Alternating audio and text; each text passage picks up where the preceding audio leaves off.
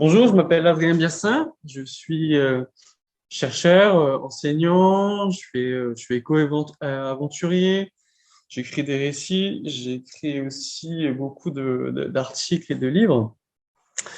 Et j'ai soutenu la première thèse de doctorat en France sur les risques d'effondrement et également les manières d'y faire face à l'échelle locale. Donc c'était ça en 2019. Donc j'avais Pablo Servigne et Dominique Bourg dans mon jury, juste pour situer un peu la position de la thèse. Alors, on m'a demandé d'intervenir pour expliquer les grands principes de la vulnérabilité et de l'adaptation. Alors, c'est vrai que c'est un sujet qui intervient souvent et de plus en plus dans le débat public, notamment lié aux catastrophes naturelles, au dérèglement climatique, à la sixième extinction massive des espèces, aux inégalités sociales croissantes. Et justement, face à toute cette vulnérabilité qui augmente, on fait face à deux grandes stratégies. Et c'est là que je vais rentrer directement dans le cœur du sujet.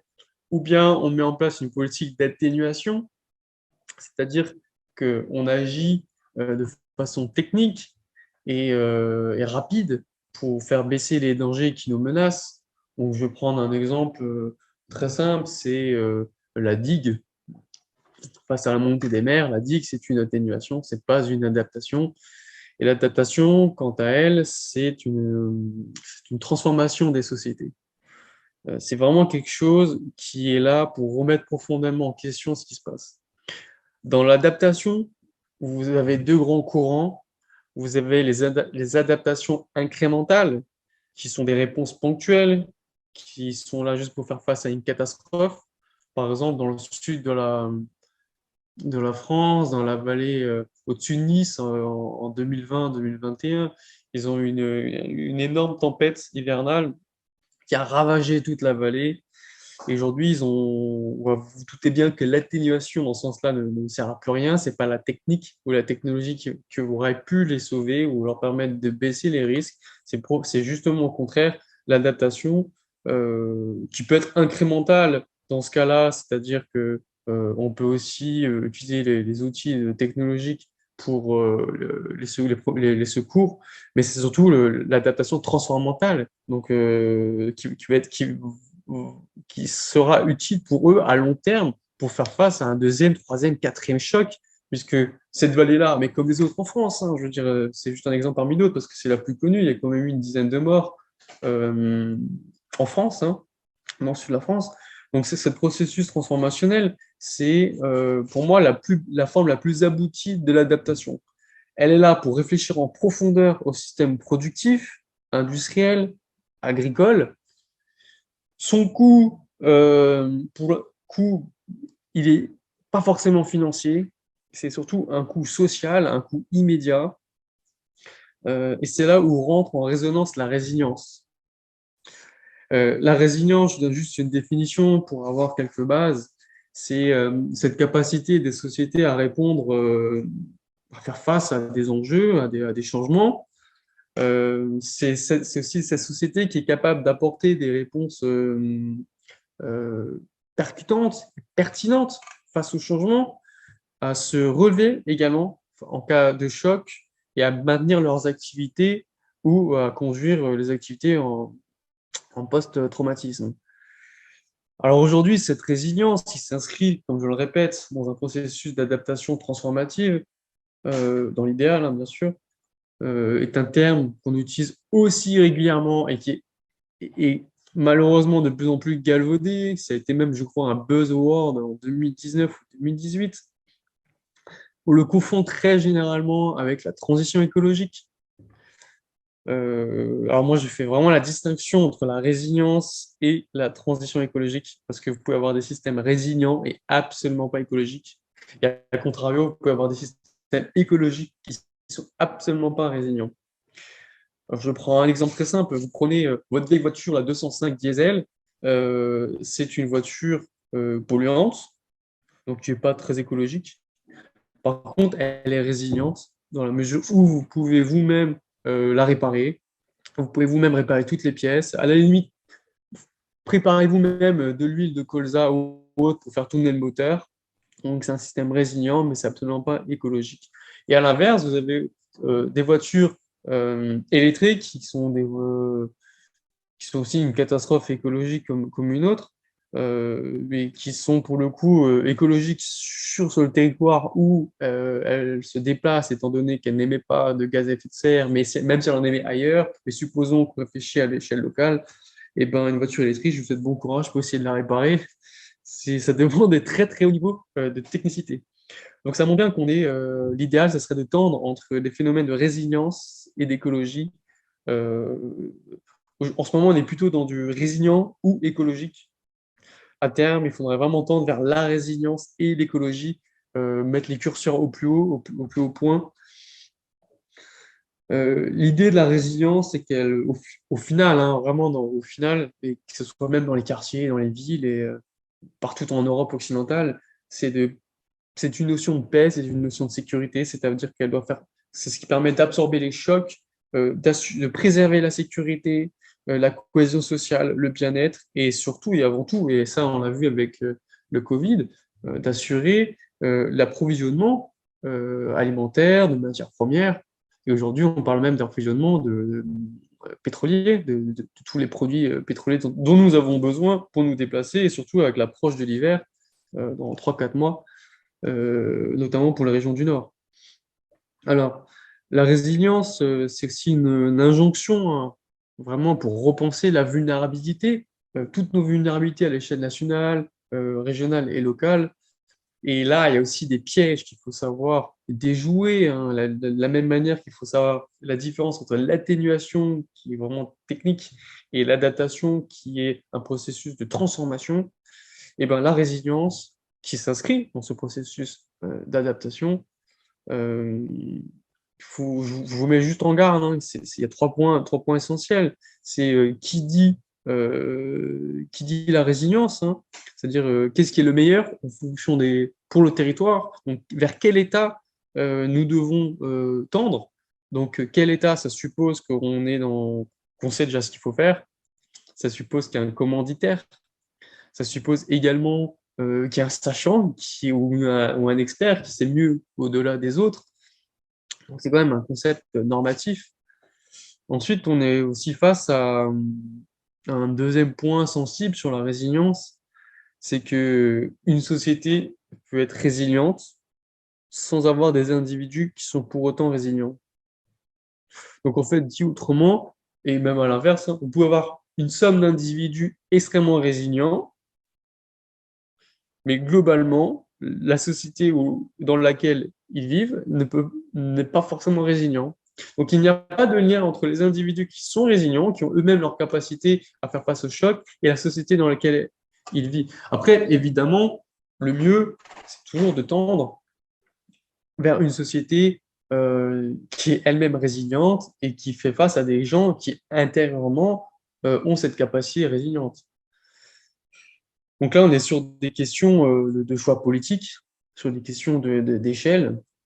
Et enfin, la dernière disons, question à se poser sur toute personne qui aborde la question de résilience, c'est la question de l'éthique. C'est-à-dire qu'en général, et que ça on l'a vu avec la loi résilience et climat, il y a toujours une tendance à transférer les vulnérabilités et les coûts vers les plus fragiles, vers déjà ceux qui sont en difficulté. Il y a aussi une notion de transfert des responsabilités. Donc là, au lieu que ce soit l'État, disons, qui est en charge de mettre en œuvre des plans de résilience, je ne sais pas, par exemple alimentaire ou énergétique, on va transformer ces charges-là vers l'individu ou vers un quartier ou vers un village. Et ça peut être très compliqué pour des personnes, ben, surtout en situation de précarité, où d'abord c'est leur survie qui compte, et après peut-être pour d'autres, ceux qui ne le sont pas en tout cas, ils pourront envisager, mais ça nécessite encore des connaissances, ça nécessite de la méthode, ça nécessite des pratiques d'intelligence collective et de gouvernance dont en France, on n'a pas vraiment cette culture de fond, en tout cas de manière historique. Alors, euh, moi, ce que je vais essayer de vous apporter, notamment à l'échelle des quartiers, à l'échelle locale, c'est on est capable, quand même, malgré tout, d'aborder et d'apporter des systèmes résilients à l'échelle locale. Donc, j'ai juste énuméré comme ça quelques points rapidement. Euh, les questions à se poser qui sont fondamentales, c'est quel aliment doit-on produire sur place? Doit-on ou qu'est-ce qu'on peut produire? Parce que toutes les chaînes d'approvisionnement à l'échelle mondiale elles sont à flux tendu. Les territoires, ils ont à peu près 72 heures d'autonomie alimentaire. Donc, les quartiers, ou en tout cas les villes, doivent absolument se poser la question de l'alimentation. Mulhouse n'a même pas 48 heures de stock alimentaire. Donc, c'est vrai qu'il est essentiel d'y réfléchir. On a aussi une autre injonction qui est celle de savoir si les quartiers auront suffisamment d'eau euh, en période de pénurie, notamment en période de sécheresse ou de canicule. Il peut y avoir des ruptures d'approvisionnement en eau, ce qui peut être très compliqué pour faire face aux îlots de chaleur. D'ailleurs, les quartiers sensibles sont très, très exposés aux îlots de chaleur, notamment l'été, ce qui va augmenter par ailleurs la pression sociale et les violences sociales, en plus des violences économiques qui sont, pour le coup, intemporelles, malheureusement. On peut aussi se poser des questions, c'est-à-dire comment ces quartiers-là peuvent investir massivement, et ça c'est pour moi le point central, dans la formation et la connaissance. Et ça c'est ce que vous faites à travers les petits débrouillards, mais c'est essentiel. Ça veut dire que plus vous pouvez instruire, former, transférer, transmettre de la connaissance, plus vous augmentez la probabilité, non pas de résoudre un problème, mais en tout cas d'éveiller des consciences pour à terme essayer d'émanciper les individus, mais également et surtout de les aider à faire face à ces chocs qui sont en cours. Et, et tout ça permet de prendre du temps, parce qu'on peut encore peut se le permettre. On a encore quelques. Alors pour le climat, en tout cas, il ne reste plus beaucoup de temps. Pour la biodiversité, qui est à mon avis beaucoup plus dramatique que le climat, c'est déjà en cours et c'est déjà presque trop tard pour certaines espèces. Mais en tout cas, à l'échelle locale, on peut, par toutes ces pratiques-là, donc penser l'agriculture de demain, penser la place de l'eau, penser la connaissance. On peut créer des réseaux, donc des réseaux de savoir, des réseaux de connaissances, ou mettre en place, comme moi j'appelle tout simplement un dispositif efficace de gouvernance qui, à elle seule, permet des transformations en profondeur. Donc, d'autant plus qu'un territoire qui est résilient, donc, ou un quartier qui devient résilient, ne peut pas l'être à moyen long terme si tout autour de celui-ci, il n'y a pas non plus d'autres quartiers qui envisagent des transformations majeures. Alors, des points clés pour vraiment essayer de créer un plan de résilience. En fait, le mieux à faire, c'est de créer un plan de résilience à l'échelle des territoires. C'est d'abord de comprendre les atouts et les vulnérabilités de chaque quartier. Une fois qu'on a compris les atouts et les vulnérabilités, on peut essayer de se demander en quoi celles-ci peuvent être résilientes ou écologiques. Résilientes et écologiques. Bien sûr, on ne peut pas toujours avoir toutes les informations. C'est également pour ça qu'on peut s'appuyer sur les acteurs existants du territoire. En général, dans les grandes villes, je sais qu'à Mulhouse, c'est le cas, à Strasbourg, à Metz, en tout cas dans le Grand Est, c'est souvent le cas. Vous avez des PAT, des projets alimentaires territoriaux. Vous avez les plans hors sec. Bon, pour le coup, ceux-ci sont obligatoires au regard de la loi. Vous avez des PCS, des plans communaux de sauvegarde. Vous avez des DICRIM, qui est une vraie culture du risque. Donc vous avez les acteurs, en tout cas les habitants dans les quartiers, ne sont pas isolés dans la manière d'envisager les risques. Il y a vraiment tout autour un réseau des satellites qui réfléchissent à ça. Alors pour le coup, et ça c'est vrai que si les habitants de ces quartiers-là commencent à s'imprégner et à rentrer dans le débat public avec les acteurs traditionnels, hein, la mairie pour le PCS, le DICRIM, la préfecture pour le plan Orsec, le PAT avec la Comcom ou l'agglomération ou la métropole, et ben dans ce cas-là, c'est sûr que ça apportera des billes supplémentaires. Et comme on est toujours dans un jeu d'acteurs, et ben plus il y a de pression, ben plus vous avez de chances d'obtenir gain de cause. Euh, alors, pour, comme ça, rapidement, qu'est-ce qu'on peut envisager à, à moyen terme?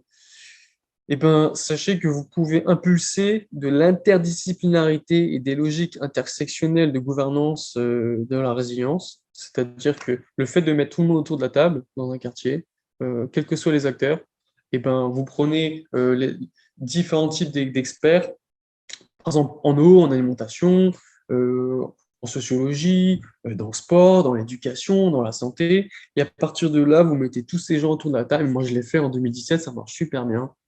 Et là, vous pouvez vraiment créer cette gouvernance dont j'appelle, qui sera la seule à même de créer des transformations majeures. Ensuite, vous pouvez également penser d'aménager des équipements et des infrastructures plus résilientes à l'échelle de vos quartiers, notamment pour repenser les îlots de chaleur, pour produire de l'alimentation. Je pense aux chanvre sans THC, je précise, parce qu'en France c'est interdit.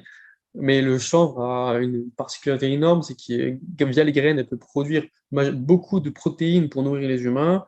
Et avec la chevenote, donc avec la tige, elle peut partir ou bien dans les systèmes d'isolation ou textile. Et ça peut à la fois créer des emplois et en même temps capter du carbone, parce que le chanvre a une grosse capacité de captation de carbone, sans forcément utiliser de pesticides, puisque le chanvre, quand il pousse, il fait des grandes tiges de 3 à 4 mètres de haut, il pousse beaucoup plus rapidement que des herbes plutôt invasives, et dans ce cas-là, on n'a pas besoin d'utiliser des pesticides et des engrais, donc du coup, moins dépendance avec des pays d'Europe dont certains d'entre eux, nous sommes en conflit géopolitique. On avait aussi, sinon, ce que vous pouvez faire également et rapidement, c'est dans la continuité de cette pensée alimentaire, c'est de créer une régie communale agricole ou une régie communale agricole des quartiers, par exemple, hein, ça peut se faire. Vous pouvez lancer majoritairement euh, les jardins comestibles, hein, comme on l'a vu en Grande-Bretagne, qui s'est un peu lancé dans le monde entier. Donc, vraiment penser à la résilience du ventre, c'est le plus important à mon avis. Et ensuite tout ce qui est eau et énergie. Et tout ça va permettre à terme, à force de faire, de bâtir une cohésion sociale et une implication citoyenne. Alors là, on est dans un processus d'adaptation à court terme, tout ce que je viens d'énoncer. Et là, je vais terminer mon propos, et c'est sur quoi je suis en train de travailler en ce moment, sur les processus d'adaptation à moyen long terme. Et là, comme ça, je vous donne juste quelques indicateurs, et c'est vrai que ça pourrait être des pistes intéressantes. Moi, par exemple, pour ces processus de transformation à long terme, ben, je pense à refonder, par exemple, la Constitution française en intégrant la nécessité de l'urgence écologique, de la résilience, du respect des limites planétaires, du respect du vivant, en intégrant, pourquoi pas, refondre complètement la Déclaration des droits de l'homme et du citoyen, qui, je le rappelle, est des droits de l'homme avec un H minuscule, avant d'être le droit de l'homme avec un H majuscule. On pourrait aussi, pourquoi pas, envisager les devoirs de l'homme envers le vivant. C'est ce qu'on appelle refonder le bloc constitutionnel. On pourrait envisager complètement également de renationaliser la monnaie, renationaliser la politique monétaire pour repermettre à l'État français, en tout cas, de se donner les moyens de créer des bifurcations écologiques. On pourrait également créer des fiscalités écologiques et sociales en fonction du bilan énergie-matière de chaque personne. On pourrait créer des quotas personnels énergie-matière en fonction de chaque personne.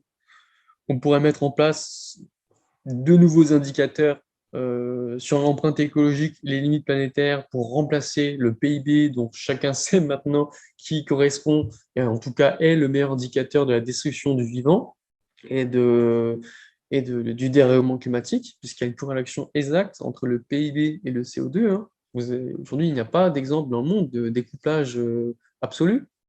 Il y a des découpages relatifs, mais très minimes, mais de découpage absolu, donc c'est-à-dire où on peut croître son PIB en découpant totalement le CO2, ça n'existe pas et ça n'existera jamais pour la simple et bonne raison que c'est de la physique élémentaire.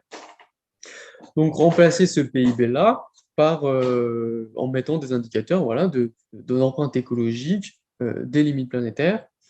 Bon, tout ça, bien sûr, ça dépasse les quartiers, on est d'accord, ça dépasse largement le spectre de l'individu, mais n'empêche que si chaque quartier de France, si chaque ville de France commence à mettre en place ces impulsions interdisciplinaires, cette logique de gouvernance, cette logique de résilience, de production alimentaire, vous aurez ensuite et seulement la capacité d'insuffler à l'échelle régionale et ensuite nationale d'autres changements majeurs et collectifs.